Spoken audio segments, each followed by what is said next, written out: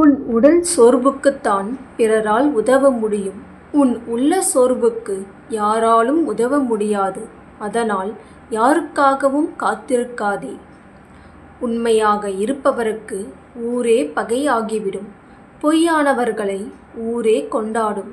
ஏனெனில் இது கலியுகம். நல்லதோ கெட்டதோ நாம விதைப்பதை மட்டுமே நாளை பெற முடியும். உங்களை முதலில் கட்டுப்படுத்துங்கள். பிறகு உலகமே உங்கள் வசமாகும். சில சூழ்நிலைகளை கடந்து செல்ல உடல் வலிமையை விட மன வலிமைத்தான் தேவை. குறைவாய் பேசுதலும் மௌனமாய் இருப்பதும் தலைசிறந்த தற்காப்பு. நீ செய்த செயல்கள் ஒவ்வொன்றும் உன் நிழல் போல உன்னை தொடர்ந்து வந்து கொண்டே இருக்கும்.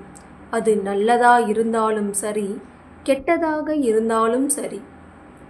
மனதில் குற்றமான நோக்கமே இல்லாமல் செய்கின்ற நல்ல செயல்களே அறம்.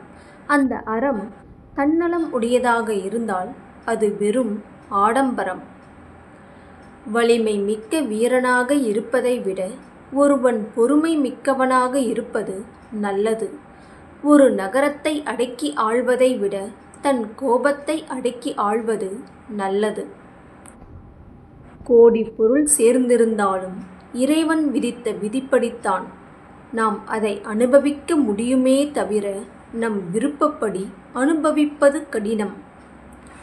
வாழ்க்கையில் சில மனிதர்களிடம் கேள்வியையும் சில மனிதர்களிடம் பதிலையும் எதிர்பார்க்காமல் இருப்பது மிகவும் நல்லது.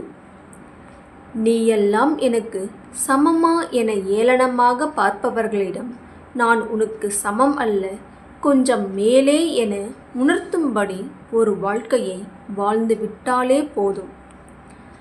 துரோகிகளையும் துரோகங்களையும் அடிக்கடி நினைத்துக்கொள். அப்படி அடிக்கடி நினைத்து கொண்டால்தான் நீ இன்னொரு முறை ஏமாறாமல் இருக்க முடியும். என்னடா வாழ்க்கை என்று எப்போதெல்லாம் தோன்றுகிறதோ அப்போது ஒன்றை நினைவில் கொள். இவ்வுலகில் எதுவும் நிரந்தரமில்லை. இதுவும் கடந்து போகும்.